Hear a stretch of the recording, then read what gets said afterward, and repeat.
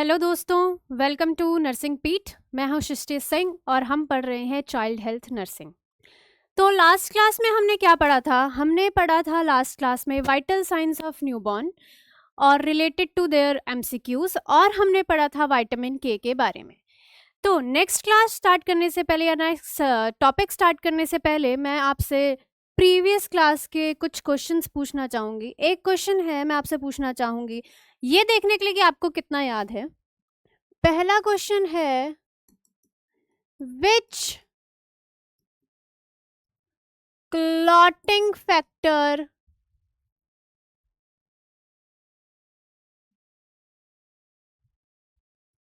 Present या फिर which clotting factor present in vitamin K? कौन सा क्लॉटिंग फैक्टर है जो विटामिन के की वजह से इन्फ्लुएंस होता है? इन्फ्लुएंस कह सकते हैं आप, इन्फ्लुएंस्ड बाय या फिर सिक्रीटेड बाय विटामिन के। विटामिन के इंजेक्शन हम किस लिए दे रहे हैं? ताकि कौन सा क्लॉटिंग फैक्टर बन सके। या फिर हम इसको ऐसे पूछ सकते हैं, विच क्लॉटिंग फैक्टर, या फिर क्वेश्चन को हम पूछ सकते हैं, which clotting factor is not present during birth, not present in mother's milk. In mother's milk मैंने ये भी बताया था कि मदर के मिल्क में क्लॉटिंग फैक्टर नहीं प्रेजेंट होता है, जिसकी वजह से हमें विटामिन के अलग से देना पड़ता है। इन मदर्स मिल्क कौन से क्लॉटिंग फैक्टर के बारे में हमने बात करी थी? मैं अगर ऑप्शन दूं आपको, मैं अगर आपको ऑप्शन दूं, क्लॉटिंग फैक्टर 1, 2, 3, 5 या फिर 4, 7, 9, 10 या फिर मैं आपको बोलूं क्लॉटिंग फैक्टर 2, 7, 9, 10 या फिर अगला ऑप्शन है हमारा 5, 7, 8 और 10। जल्दी से बताओ, पिछली क्लास को रिमाइंड करते हुए कौन से क्लॉटिंग फैक्टर के बारे में हमने बात करी थी? किसकी वजह से हमें विटामिन के देना पड़ा था? विटामिन के कौन से क्लॉटिंग फैक्टर को अफेक्ट करता है, या फिर कौन से क्लॉटिंग फैक्टर को इन्फ्लुएंस करता है? कौन सा क्लॉटिंग फैक्टर है? जल्दी से बता दो।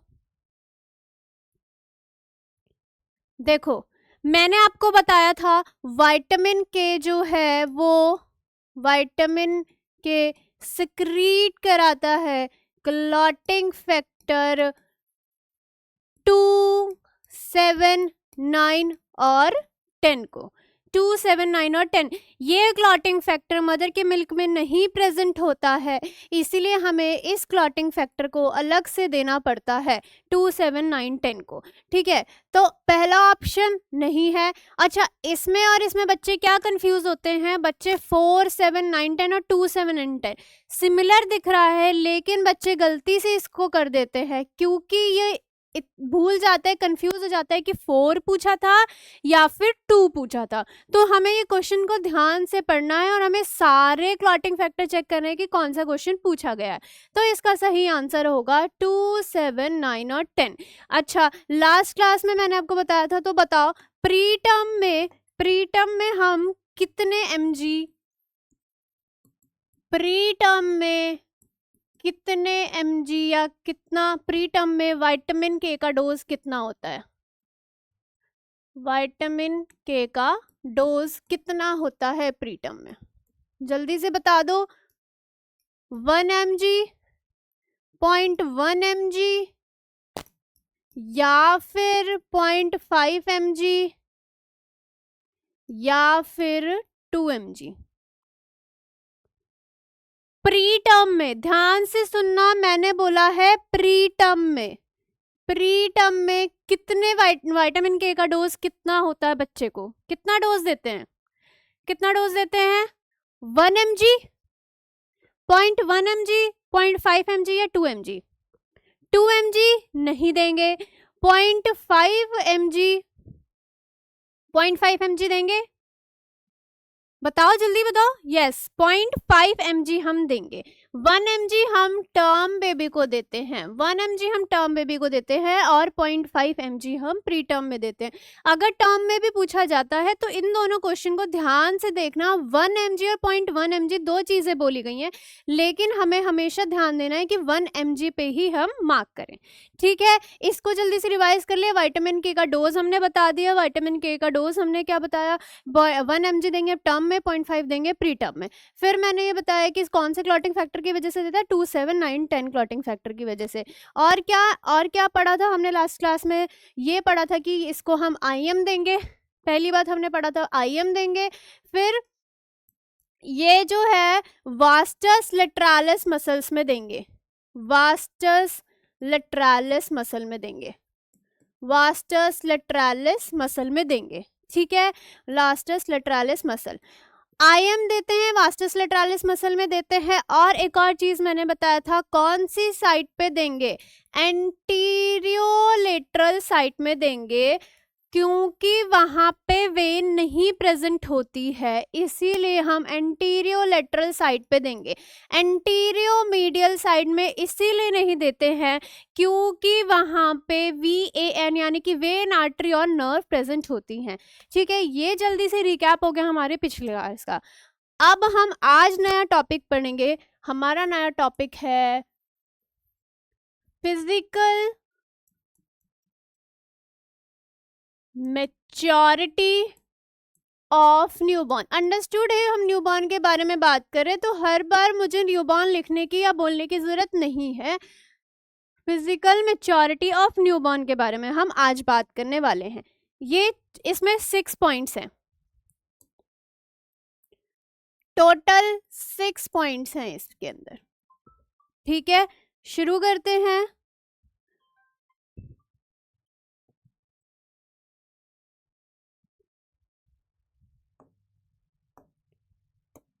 तो मैं टेबल के फॉर्म में आपको समझाना चाहूंगी ताकि आपको अच्छे से याद रहे। इसमें टोटल 6 पॉइंट्स हैं।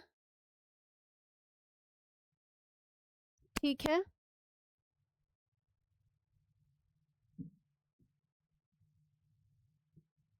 इसको थोड़ा बड़ा कर लेते हैं, हमें टेबल थोड़ा बड़ा चाहिए।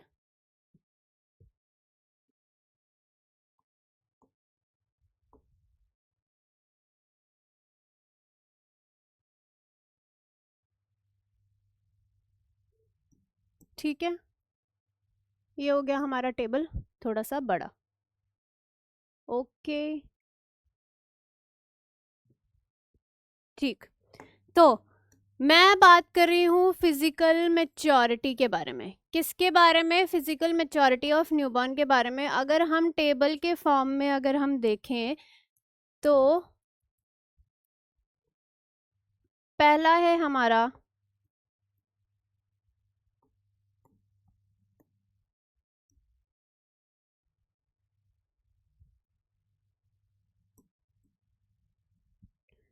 मैं इसको दोबारा से ठीक कर देती हूँ, टेबल थोड़ा सा बड़ा चाहिए हमें, है ना, तो बड़ा टेबल बना देते हैं। थोड़ा सा टाइम लग रहा है, उसके लिए माफ़ी चाहती हूँ। ओके, हम आ जाते हैं फिजिकल मैच्योरिटी ऑफ न्यूबॉर्न के बारे में। हम बात करते हैं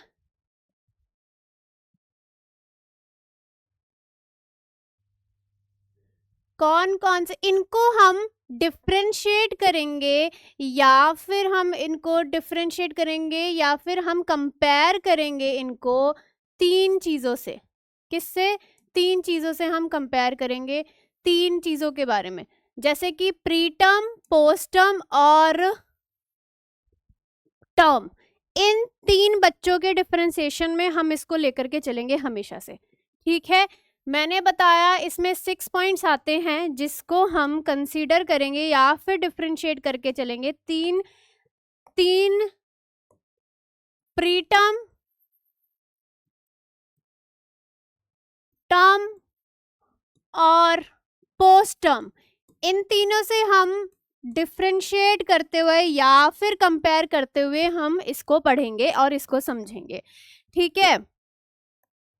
तो हमारा पहला पॉइंट है, इसमें पहला पॉइंट है हमारा, ध्यान से सुनना, इसको हम सिफेल टू कॉडल यानी कि सर से पैर तक के जितने भी मैच्योरिटी लेवल है, फिजिकल मैच्योरिटी का मतलब है जो आप आंखों से देख पा रहे हैं या फिर फिजिकल अपीयरेंस, उसमें जो चेंजेस आ रहे हैं बच्चे में या फिर मैच्योरिटी के साथ साथ जो जो चेंजेस आ रहे हैं उसके फिजिकल में, उसको हम ध्यान में रखेंगे और इसको हम तीनों में कंपेयर करेंगे कि प्री टर्म में कैसे होते हैं, टर्म में कैसे होते हैं और पोस्ट टर्म में कैसे होते हैं।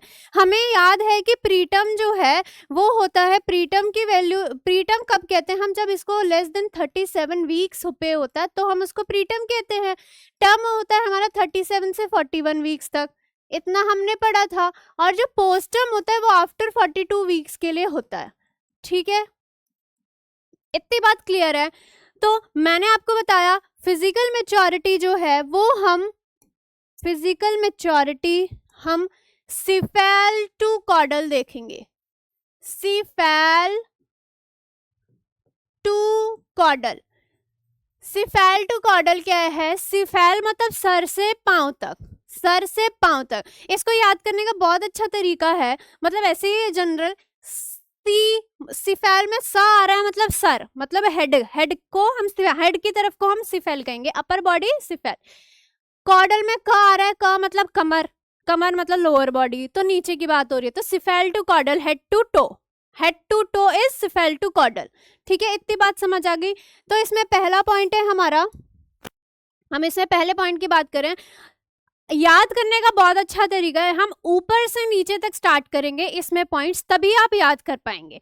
सबसे पहले हमारी बॉडी में सबसे ऊपर क्या दिखता है, सबसे ज्यादा, सबसे अमाउंट में सबसे ज्यादा क्या है, सबसे ऊपर क्या दिखता है, हेड तो दिख रहा है, लेकिन हम स्किन की बात करेंगे। सबसे पहला है हमारा स्किन, जिसमें हम हेयर स्कैल्प की बात करेंगे, या फिर हम लिख सकते हैं स्कैल्प हेयर, सर के बाल के बारे में हम पढ़ेंगे, ठीक है, ठीक है, इतनी बात आ गई समझ।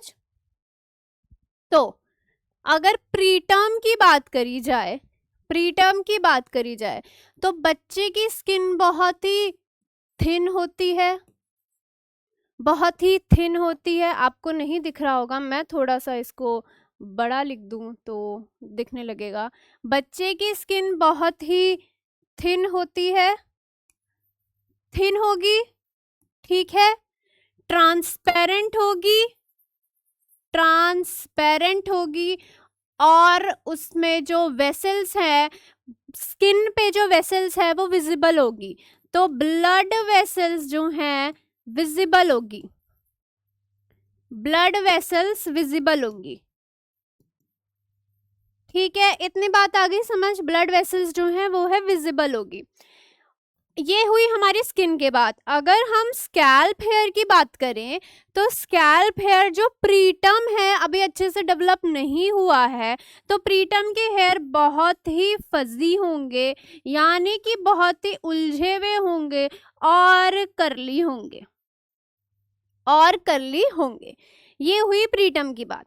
अगर हम टर्म की बात करें तो उसमें जो स्किन है वो ट्रांसपेरेंट नहीं होगी, ट्रांसपेरेंट नहीं होगी, वो स्किन जो है सॉफ्ट होगी, ज्यादा ट्रांसपेरेंट नहीं होगी, और ब्लड वेसल्स जो है विजिबल होंगे लेकिन बहुत ही स्मॉल अमाउंट में, यानी कि ब्लड वेसल्स स्लाइटली यानी कि बहुत ही कम विजिबल होंगे प्रीटर्म के कंपैरेटिव। प्रीटर्म में जो है वो स्किन बहुत पतली होती है तो ऊपर से दिखती है, सिर्फ वेन वेन दिख रही है, लेकिन टर्म बेबी में स्किन सॉफ्ट होती है, सिल्की होती है, तो हम क्या कहेंगे कि उसकी जो स्किन है स्मूथ है, स्मूथ है, लेकिन उसके जो ब्लड वेसल्स है ज्यादा नहीं दिखेंगे, ब्लड वेसल्स स्लाइटली विजिबल, बहुत ही थोड़े से विजिबल होंगे, ठीक है, स्लाइटली विजिबल होंगे। और अगर हम टर्म बेबी की हेयर की बात करें, अगर उसकी स्किन सॉफ्ट और स्मूथ है, उसके हेयर होंगे सॉफ्ट और सिल्की, सिल्की हेयर होंगे, ठीक है, सॉफ्ट और सिल्की। फिर हम आते हैं पोस्टर्म के बारे में।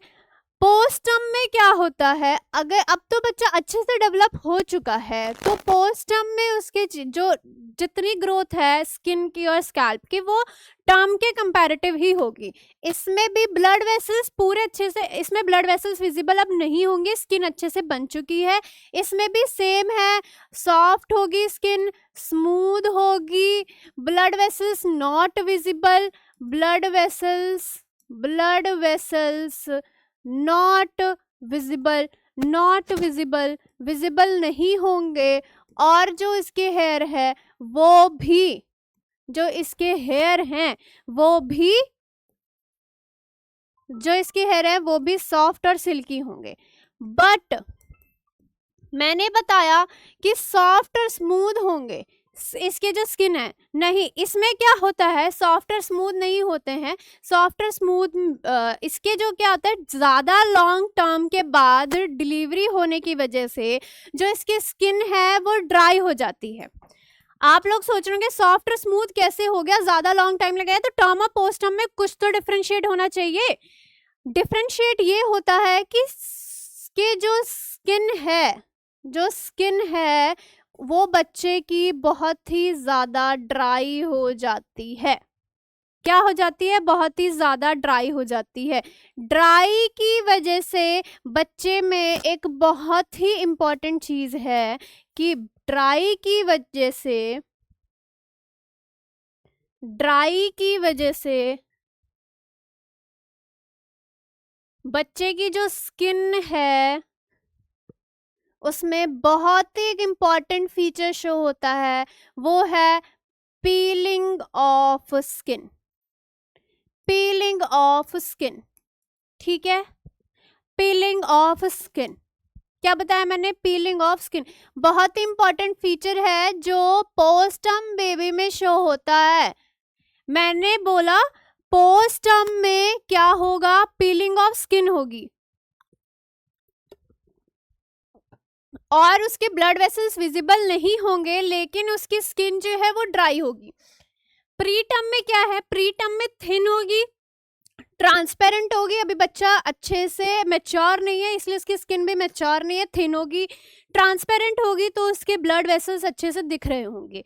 वहीं अगर टर्म की बात करें, सॉफ्ट होगा, स्मूथ होगा, ब्लड वेसल्स स्लाइटली विजिबल होंगी। लेकिन पोस्ट टर्म में अगर आप सोचें तो वो स्मूथ नहीं होगा, सॉफ्ट नहीं होगा, वो होगा ड्राई।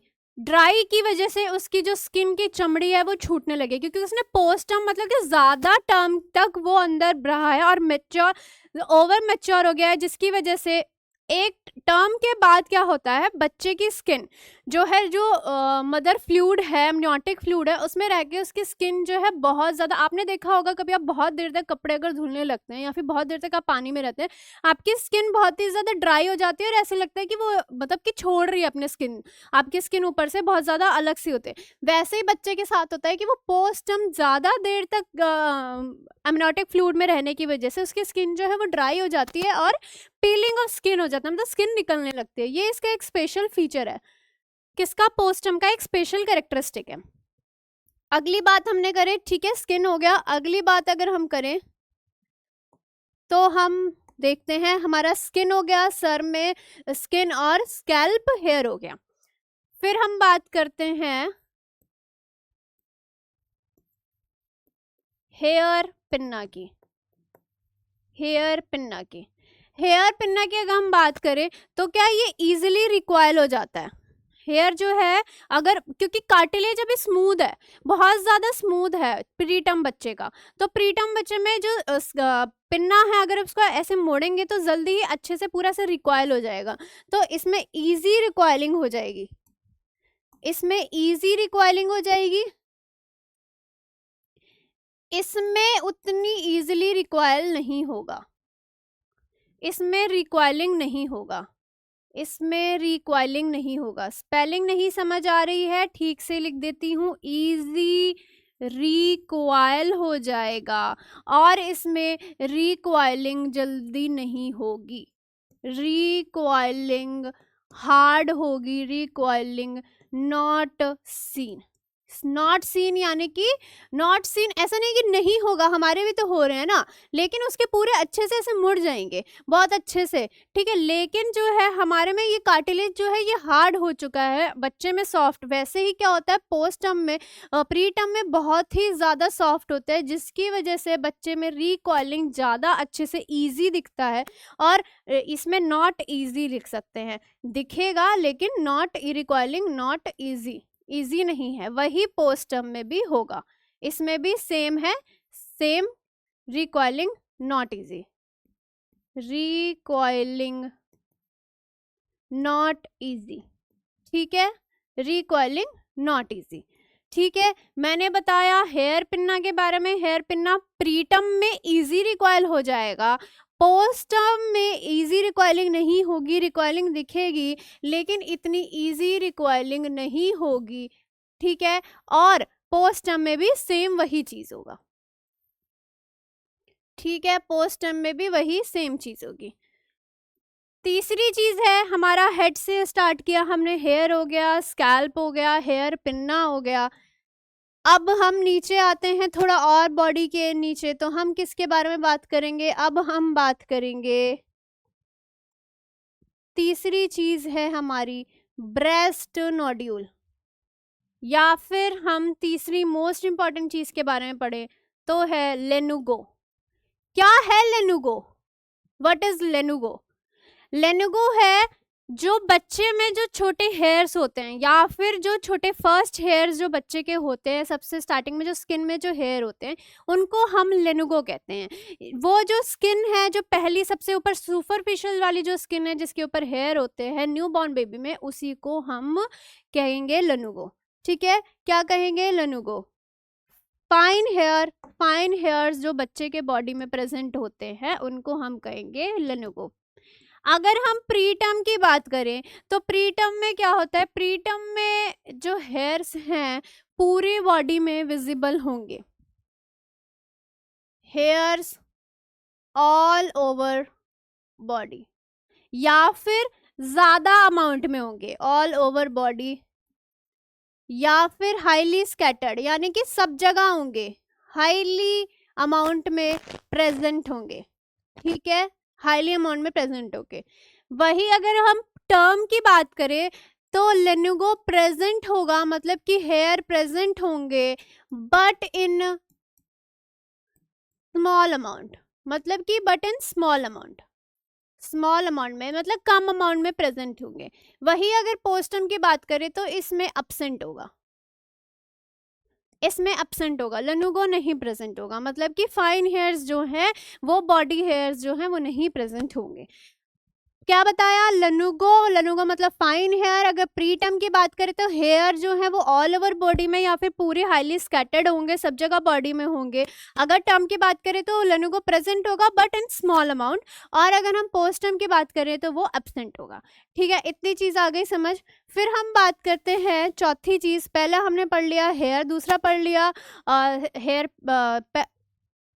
1 सेकेंड, किसी ने बताया नहीं, नोटिस नहीं किया क्या हेयर पिन्ना क्या होता है? मैम पढ़ा रही हैं, किसी ने ये नहीं बताया मैम ने हेयर पिन्ना लिखा हुआ है, ये है ईयर पिन्ना, ईयर पिन्ना की बात कर रहे हैं हम, ठीक है, ईयर पिन्ना। पहला हमने स्कैल्प पढ़ लिया, दूसरा ईयर पिन्ना, तीसरा हो गया हमारा लेनुगो। अब हम आते हैं चौथे पे, हमारा फोर्थ पॉइंट है हमारा ब्रेस्ट नोड्यूल्स। फिर हम नीचे आए ब्रेस्ट नोड्यूल्स, ब्रेस्ट नोड्यूल्स के बारे में हम बात करते हैं। ब्रेस्ट नोड्यूल्स क्या होता है? एरियोला जो है जो फ्लैट होता है, इसमें एरियोला प्रीटर्म है, अभी हाईली मैच्योर नहीं हुआ है, तो इसमें एरियोला जो है वो फ्लैट होगा। निप्पल में निप्पल एरियोला जो होता है वो फ्लैट होगा, ऐसे लिख सकते हैं फ्लैट एरियोला, फ्लैट अरियोला, क्या बताया मैंने, फ्लैट अरियोला। टर्म की अगर बात करें तो उसमें एरियोला जो है वो रेज्ड होगा, मतलब अच्छे से डेवलप हो चुका है तो रेज्ड एरियोला होगा, रेज्ड एरियोला होगा। ठीक है, अच्छे से डेवलप हो गया रेज्ड एरियोला, वहीं इसमें भी एरियोला रेज्ड होगा, इसमें भी रेज्ड एरियोला अच्छे से डेवलप्ड है पोस्ट टर्म में। मोस्टली चीजें प्री टर्म, वो मोस्टली चीजें टर्म और पोस्ट टर्म में सेम है, क्योंकि बच्चा डेवलप होके आया है तो टर्म के बाद से ही जितनी कंडीशन है उसमें सब नॉर्मल होगा। ठीक है, प्री टर्म में क्या हुआ, कुछ कंडीशंस हैं जिसमें पोस्ट टर्म में हम देख सकते हैं, जैसे कि हमने स्किन में बताया था पीलिंग ऑफ स्किन होती है उसमें, तो ये चेंज है, स्पेशल कैरेक्टर है, स्पेशल कैरेक्टरिस्टिक है। तो मैंने बताया ब्रेस्ट नोड्यूल अरियोला फ्लैट होगा प्री टर्म में, टर्म और पोस्ट टर्म में अरियोला रेज्ड होगा, अच्छे से डेवलप होगा। जो इसमें अरियोला का साइज है वो लेस देन 5 mm होगा, मतलब ब्रेस्ट नोड्यूल जो है वो लेस देन 5 mm होगा, इसमें मोर देन 5 mm होगा, और पोस्ट टर्म में भी मोर देन 5 mm होगा। साइज जो है फ्लैट है तो छोटा है, लेस देन 5 mm है, और पोस्ट टर्म और टर्म में मोर देन 5 mm है, तो दोनों में रेज्ड एरियोला हो चुका है तो उनके साइज भी बढ़ चुके हैं। ठीक है, फिर अगर हम अगली बात करें, अगला हम बात करें तो हम बात करेंगे ब्रेस्ट नोड्यूल हो गया, दो और पॉइंट रह गए हैं। अगला ब्रेस्ट नोड्यूल के अगर हम नीचे आए, थोड़ा सा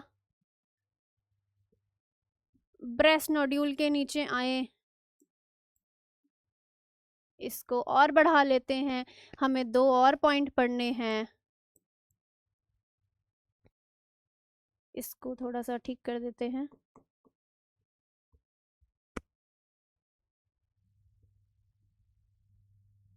लाइनें थोड़ी टेढ़ी बन रही हैं लेकिन अंडरस्टूड हो जाएगा। ठीक है, चौथा हम बात करें तो बात करेंगे मोस्ट इम्पॉर्टेंट, फिफ्थ है जेनाइटल ऑर्गन्स के बारे में।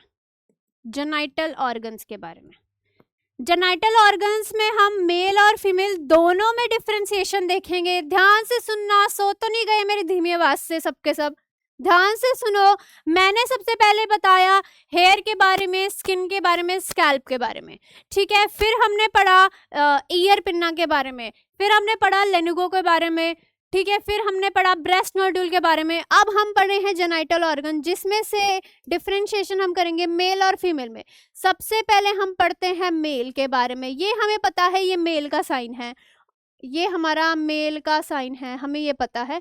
तो सबसे पहले हम मेल के बारे में पढ़ेंगे। मेल में क्या होता है, स्क्रोटल सैक एम्प्टी होता है, स्क्रोटल सैक एम्प्टी होता है। क्यों एम्प्टी होता है स्क्रोटल सैक, क्योंकि जो टेस्टिस है वो डिसेंडेंट नहीं है, स्क्रोटल सैक में टेस्टिस नहीं आया।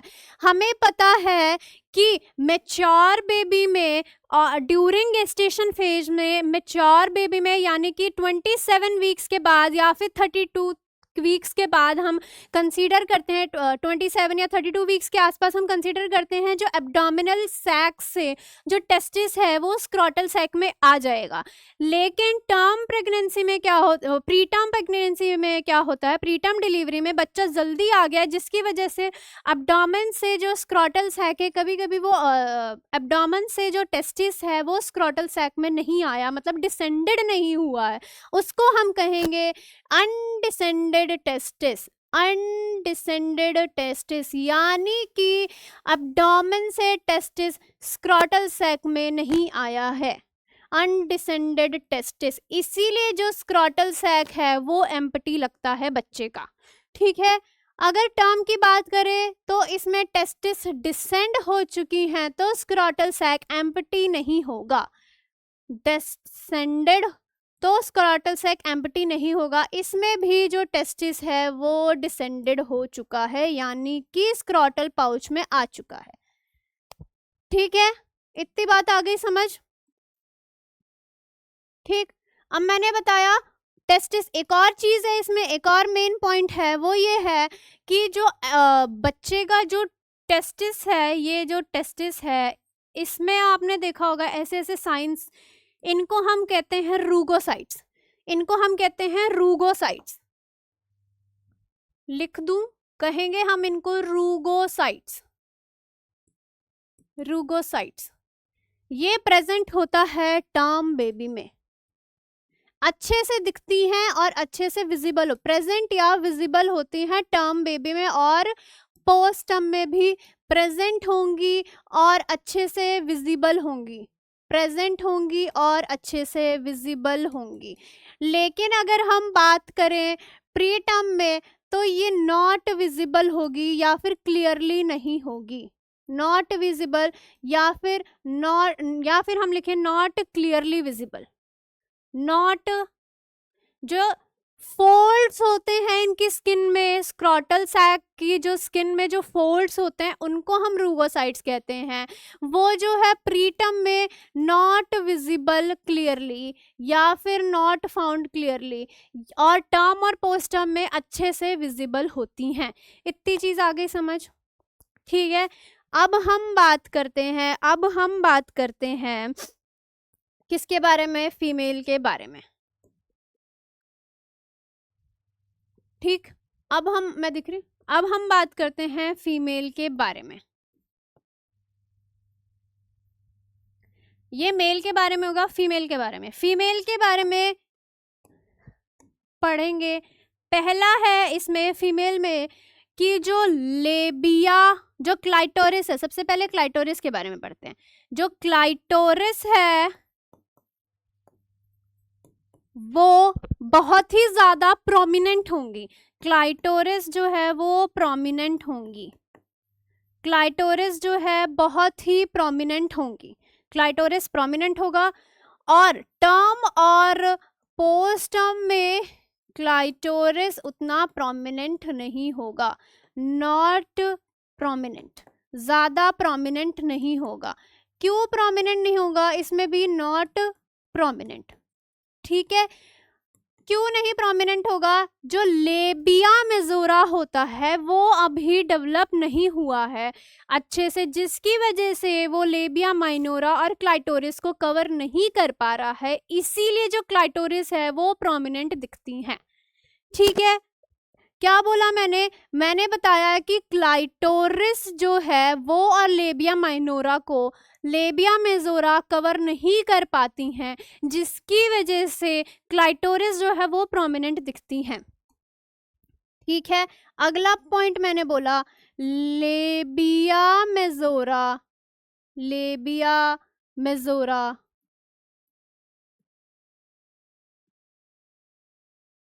नॉट कवर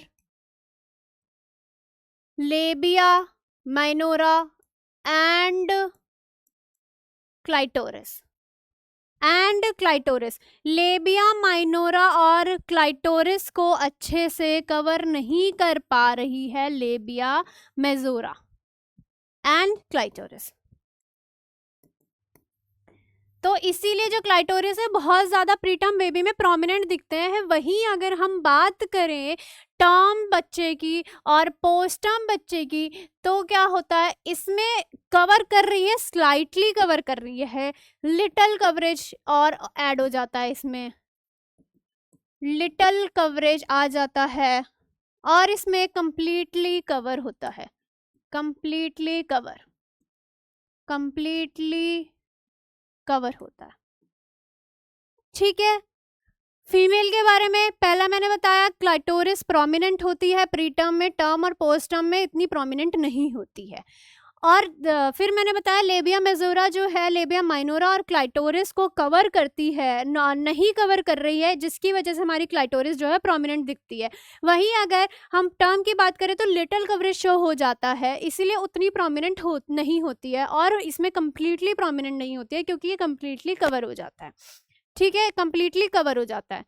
रिवाइज कर लें थोड़ा सा। मैंने बताया जेनाइटल ऑर्गन, जिसमें मेल के बारे में मैंने बताया स्क्रॉटल सैक एम्प्टी होता है क्योंकि डिसेंडेड जो टेस्टिस अभी डिसेंडेड नहीं हुई है, और टर्म और पोस्ट टर्म में टेस्टेड डिसेंडेड हो जाते हैं। फिर हमने रूगोसाइट्स की बात करी। रूगोसाइट्स में जो प्री टर्म है उसमें विजिबली क्लियरली विजिबल नहीं होते हैं, जो उसके रूगोसाइट्स हैं, यानी कि जो स्क्रॉटल सेक्स की जो फोल्ड्स हैं उनको हम रूगोसाइट्स कह रहे हैं, वो रूगोसाइट्स अभी अच्छे से विजिबल नहीं होते हैं प्री टर्म में, लेकिन पोस्ट टर्म और टर्म में क्लियरली विजिबल होते हैं। फिर फीमेल में क्लाइटोरिस प्रोमिनेंट होती है, लेबर मेजोरा उतनी वेल डेवलप नहीं होती है प्री टर्म में। ठीक है, इतनी बात आ गई समझ, इतनी बात आ गई समझ। अब अगला हम पढ़ने वाले हैं, लास्ट है सिक्स्थ पॉइंट हमारा है प्लेंटर क्रीजेस। किसके बारे में पढ़ेंगे हम? Planter creases. क्या है प्लेंटर क्रीजेस? प्लेंटर का मतलब है पैर का जो तलवा है, जो पैर है उसके तलवे को हम कह रहे हैं प्लेंटर क्रीजेस। पैर के तलवे को हम प्लेंटर क्रीजेस कह रहे हैं। चौथे की बात, सिक्स्थ की बात करें, सिक्स्थ पॉइंट है हमारा प्लेंटर क्रीजेस। क्रीजेस मतलब निशान, ठीक है, निशान की हम बात कर रहे हैं। क्रीजेस का मतलब हुआ निशान। क्या होता है? जो निशान है वो बहुत ही प्री टर्म में नहीं, हमें पता है कि हमने अपने पैर का जो तलवा देखा होगा आपने, उसमें बहुत सारे ऐसे ऐसे निशान है, या फिर हाथ में देखो ये निशान बने हैं ऐसे रेखाएं काइंड ऑफ, इनको हम क्रीजेस कहते हैं। ऐसे ही पैर में भी प्रेजेंट होती है। लेकिन अगर प्री टर्म बच्चा है, उसकी स्किन में मतलब कि इतना डेवलप नहीं है, तो जो उसके क्रीजेस हैं वो नॉट प्रेजेंट,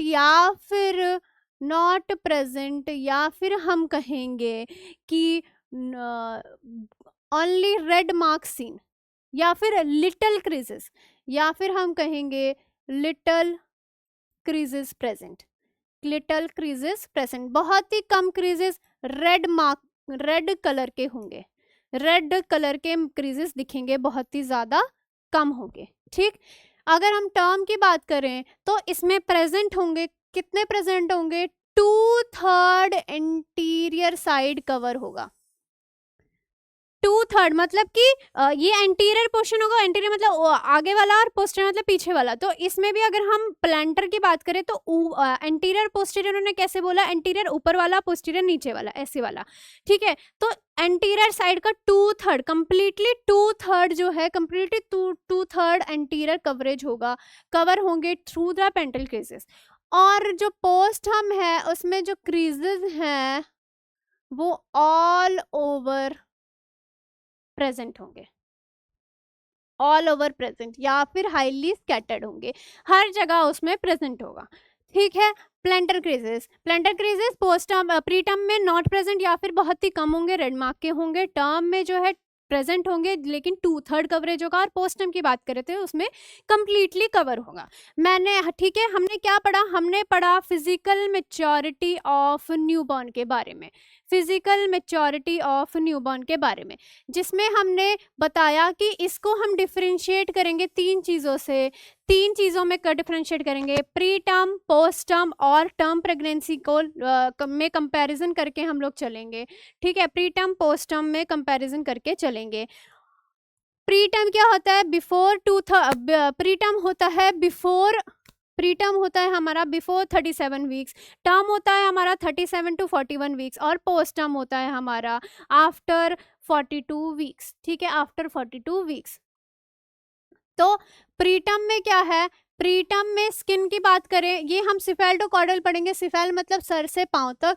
पहले बात हमने पढ़ा स्किन के बारे में, स्किन स्कैल्प के बारे में या फिर स्कैल्प हेयर के बारे में। स्किन जो है, आंखें बंद करके सुनो, स्किन जो है प्री टर्म में थिन होगी, ट्रांसपेरेंट होगी, ब्लड वेसल्स विजिबल होंगी। और टर्म में जो है सॉफ्ट होगी स्किन, सिल्की होगी, ब्लड वेसल्स ज़्यादा विजिबल नहीं होंगी। ठीक है, उतनी ज़्यादा विजिबल नहीं होगी। और अगर पोस्ट टर्म की बात करें तो स्किन जो है ड्राई हो चुकी है, इसमें पीलिंग ऑफ स्किन शो होगा। ठीक है, फिर उसके बाद हमने पढ़ा ईयर पिन्ना। ईयर पिन्ना में हमने बताया कि इजी रिकॉइलिंग हो जाएगी प्री टर्म में, लेकिन पोस्ट टर्म और टर्म में इतनी इजीली रिकॉइल नहीं होगी। ठीक है। फिर हमने पढ़ा लेनुगो। लेनुगो मतलब होता है फाइन हेयर्स जितने भी बॉडी में होते हैं। तो प्रीटर्म में हेयर्स जो है ऑल ओवर बॉडी में प्रेजेंट होगा, ठीक। लेकिन टर्म्स और पोस्टम की अगर हम बात करें तो टर्म में प्रेजेंट होगा लेकिन कम होगा, और पोस्टम में अब्सेंट होगा, एक तरीके से अब्सेंट ही होगा। हमें पता है कि बच्चे की जो स्किन है वो झड़ती है बर्थ के बाद, हमने देखा होगा वाइट कलर की होती है, फिर उसको क्लीन होता है, बॉडी से सब कुछ स्कैटर होता है, तो उस टाइम पे जो फाइन हेयर्स प्रेजेंट होते हैं वो भी झड़ जाते हैं। तो ऑन द मतलब इसकी लाइफ स्टाइल की मेच्योरिटी के साथ साथ वो नहीं प्रेजेंट होता। अगर टर्म में प्रेजेंट है तो बहुत कम होगा, बहुत कम प्रेजेंट होगा अगर टर्म प्रेगनेंसी है तो, और लेकिन अगर पोस्ट टर्म में हुआ तो उसमें एब्सेंट ही होगा, ठीक है। फिर हमने ब्रेस्ट नोड्यूल्स की बात करी। ब्रेस्ट नोड्यूल में प्रीटर्म में बच्चा अभी अच्छे से मैच्योर नहीं है तो उसका जो एरियोला है वो बहुत ही फ्लैट होगा। फ्लैट है तो उसका साइज लेस देन 5 mm होगा, ठीक। वही पोस्टर्म और टर्म की बात करें तो उनका जो ब्रेस्ट नोड्यूल का साइज है यानी कि मोर देन 5 mm होगा, वो फ्लैट नहीं होगा, वो रेज्ड होगा, ठीक है। फिर हमने पढ़ा जेनाइटल ऑर्गन्स के बारे में। जेनाइटल ऑर्गन्स में मेल की बात करें तो मेल में स्क्रॉटल सैक एम्प्टी होगा प्री टर्म में, क्योंकि डिसेंडेड टेस्टिस नहीं है। प्लस में जो रूगोसाइट्स हैं वो अच्छे से विजिबल नहीं है। पोस्टर्म और टर्म में डिसेंडेड टेस्टिस स्क्रॉटल सैक जो है फिल्ड होगा, एम्प्टी नहीं होगा, उसमें रूगोसाइट्स अच्छे से विजिबल होंगे। फीमेल की बात करें तो प्री टर्म में जो क्लाइटोरिस है वो प्रोमिनेंट होगी, अच्छे से विजिबली प्रोमिनेंट होगी, लेकिन जो है प्रोमिनेंट का मतलब है उभरी हुई, यानी कि बाहर से अलग से ही दिखेगी, ठीक है। लेकिन टर्म और पोस्ट टर्म में उतनी प्रोमिनेंट नहीं होगी। प्री टर्म में क्यों प्रोमिनेंट है? क्योंकि जो लेबिया मेजोरा है वो क्लाइटोरिस और लेबिया माइनोरा को कवर नहीं कर पा रहा है, छोटी है अभी, कवर नहीं कर पा रही है, इसीलिए उसमें क्लाइटोरिस प्रोमिनेंट दिखेगी। लेकिन पोस्ट टर्म और टर्म में जो है उतनी अच्छे से प्रोमिनेंट इसलिए नहीं है क्योंकि लेबिया मेजोरा, लेबिया माइनोरा और क्लाइटोरिस को कवर कर पा रही है। थोड़ा सा लेबिया मेजोरा, लेबिया माइनोरा को मैं थोड़ा सा अगर अच्छे से बता दूं आपको, मतलब वैसे तो आप पढ़ोगे इसके बारे में ओबीजी में, क्या होता है, लेबिया मेजोरा होती है, फिर लेबिया माइनोरा होती है, फिर होती है क्लाइटोरिस, मतलब फिर होती है हमारी क्लाइटोरिस। तो जो लेबिया मेजोरा है ये इसमें हेयर्स प्रेजेंट होते हैं। जो सबसे ऊपर वाली जो स्किन होती है उसको हम लेबिया मेजोरा कहते हैं। उसके बाद वाली स्किन हमारी लेबिया माइनोरा आती है, फिर हमारी जो है वो ये, फिर उसके बाद हमारी क्लाइटोरिस आती है। तो क्लाइटोरिस और लेबिया माइनोरा को लेबिया मेजोरा कवर करती है, लेकिन लेबिया मेजोरा कवर करती है। लेकिन क्या होता है, छोटे बच्चे में ये इतनी अच्छे से वेल डेवलप नहीं होती, जिसकी वजह से वो इन दोनों को कवर नहीं कर पा रही होती। क्लियर हो गया इतनी बात? ठीक है, 6 पॉइंट मैंने आपको बता दिए। 6 पॉइंट में से हमने पढ़ा सबसे पहले skin, ear pinna, lanugo, breast nodule, genital organ और प्लेंटर क्रीजेस। प्लेंटर क्रीजेस को हमने रिवाइज नहीं किया। प्लेंटर क्रीजेस में क्या होता है कि जो प्रीटर्म होता है उसमें प्लेंटर क्रीजेस में जो अच्छे से क्रीजेस है वो उतने अच्छे से प्रेजेंट नहीं होते, बस रेड मार्क्स दिखते हैं, ऐसे रेड क्रॉसेस दिखते हैं बस। वहीं अगर हम पोस्टर्म और टर्म की बात करें तो टर्म और पोस्टर्म में अच्छे से विजिबल होती हैं चीज़ें, ठीक है। पोस्ट टर्म में पूरे ओवरले प्लांटर्स में प्रेजेंट होगी, लेकिन अगर टर्म है तो उसमें 2/3 होगा, ठीक है। अच्छा, पोस्ट टर्म की अगर हम बात करें, पोस्ट टर्म में एक चीज है, पोस्ट टर्म की एक चीज है, उसको हम बात करें, अगर इसको मैं ऐसे छोड़ देती हूँ। पोस्ट टर्म की अगर हम बात करें, नेक्स्ट स्लाइड में हम चलते हैं। पोस्ट टर्म में एक बहुत इंपॉर्टेंट चीज है, आफ्टर 42 वीक्स बच्चा पैदा हो रहा है, तो इसके 3 कैरेक्टरिस्टिक हैं पोस्ट टर्म को डिफरेंशिएट करने के बाकी कंडीशन से। पोस्ट टर्म में हम बात करें, पोस्ट टर्म की अगर हम बात कर रहे हैं तो इसको डिफरेंशिएट करने के लिए या फिर इसकी 3 मेजर चीजें हैं इसके अंदर। सबसे पहले मैंने आपको बता दिया है, इसमें होता है, सबसे पहले मैंने आपको बताया इसमें होता है पीलिंग ऑफ स्किन, क्योंकि ड्राई हो रही है, पीलिंग ऑफ स्किन हो रहा है, ठीक है।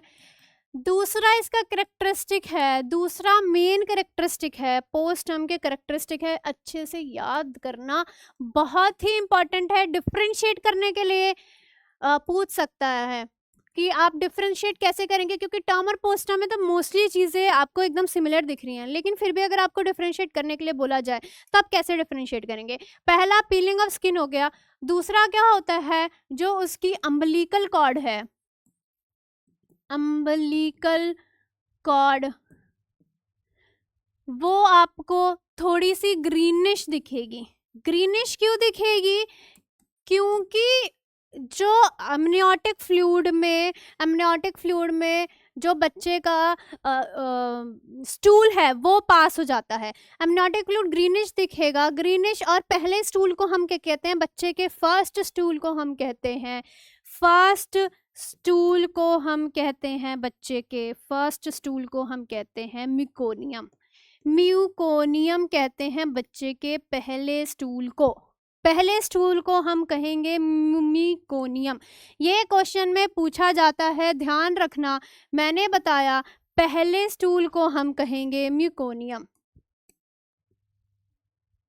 पहला स्टूल जो है बच्चे का उसको हम कहेंगे म्यूकोनियम, ठीक है। तो अम्बिलिकल कॉर्ड ग्रीनिश हो जाता है क्योंकि पोस्टम में क्या होता है? बच्चा जो है स्टूल पास कर देता है, जिसकी वजह से ऑल ओवर अमनियोटिक फ्लूइड में म्यूकोनियम प्रेजेंट हो म्यूकोनियम आ जाता है, जिसकी वजह से उसकी अम्बिलिकल कॉर्ड पूरी ग्रीनिश कलर की हो जाती है। अगर यही ग्रीनिश कलर हो जाए, अम्बिलिकल कॉर्ड ग्रीन हो गया तो ग्रीनिश हो गया, बच्चे ने म्यूकोनियम सिक्रीट कर दिया, तो फिर एक और कंडीशन हो जाती है, बच्चे को म्यूकोनियम एस्पिरेशन सिंड्रोम होने के चांसेस होते हैं। क्या बताया? म्यूकोनियम एस्पिरेशन मतलब ले लेता है सांस में, क्योंकि हमें पता है अमनियोटिक फ्लूइड से ही सब कुछ सर्कुलेशन चल रहा है उस बच्चे का। अगर जो भी चीज़ अमनियोटिक फ्लूइड में प्रेजेंट है वो बच्चा ले लेगा अपने अंदर, तो क्या होगा? अगर म्यूकोनियम प्रेजेंट है, उसने स्टूल पास कर दिया है पोस्टम में, तो वो म्यूकोनियम भी एस्पिरेट कर जाएगा, म्यूकोनियम एस्पिरेशन सिंड्रोम हो जाएगा, यानी कि पूरा बच्चा कंप्लीटली ग्रीन हो जाएगा, बच्चा जो है कंप्लीटली ग्रीन हो जाएगा, ठीक है। 3 मेन चीजें हैं पोस्टम की, 3 मेन कैरेक्टरिस्टिक हैं। पहला है पीलिंग ऑफ स्किन, ड्राई हो जाएगी जिसकी वजह से पीलिंग ऑफ स्किन हो जाएगा। अम्बिलिकल कॉर्ड ग्रीन हो जाएगा क्योंकि बच्चा क्या है? पहला स्टूल म्यूकोनियम होता है, तो क्या होगा कि बच्चा अमनियोटिक फ्लूइड में म्यूकोनियम बच्चा जो है, यानी कि जो उसका जो पहला स्टूल है उसको सिक्रीट कर देगा अमनियोटिक फ्लूइड में ही, जिसकी वजह से अगर बच्चा अमनियोटिक फ्लूइड के थ्रू सांस ले रहा है, अमनियोटिक फ्लूइड को एस्पिरेट कर रहा है, मतलब कि सब कुछ तो वही है ना, उसको पी लेगा तो अमनियोटिक फ्लूइड एस्पिरेट कर लेगा, तो उसको अमनियोटिक म्यूकोनियम एस्पिरेशन सिंड्रोम हो जाएगा, ठीक है। ये चीज़ समझ आई? क्लियर हो गया? 3 चीज़ पोस्टम में, peeling off skin, umbilical cord greenish हो जाएगा, तीसरा हमारा म्यूकोनियम एस्पिरेशन सिंड्रोम हो जाएगा, ठीक है। ये पोस्टम के कैरेक्टरिस्टिक थे, ठीक। जल्दी से रिवाइज कर लेते हैं। पिछले क्लास में हमने क्या पढ़ा? Physical maturity. अगर हेड टू टो हमने पढ़ेंगे इसमें, हेड टू टो, जिसमें हम 3 चीज़ों के क्लासिफिकेशन में, डिफरेंशिएशन में पढ़ा था, पोस्टम, प्रीटर्म और टर्म, जिसमें सबसे पहले हमने स्किन और हेयर स्कैल्प के बारे में पढ़ा था, एयर पिन्ना के बारे में पढ़ा था, लेनुगो के बारे में पढ़ा था जो हेयर्स हैं, फिर हम उसके नीचे आए तो हमने ब्रेस्ट नोड्यूल्स के बारे में पढ़ा था, फिर हम नीचे आए तो हमने जेनिटल ऑर्गन्स के बारे में पढ़ा था, फिर हमने प्लेंटर क्रीजेस के बारे में पढ़ा था, ठीक है। इतनी चीज़ आगे समझ। अब नेक्स्ट क्लास में हम पढ़ेंगे न्यूरोमस्कुलर कैरेक्टरिस्टिक्स के बारे में। अभी के लिए, आज के लिए इतना ही। Thank you very much.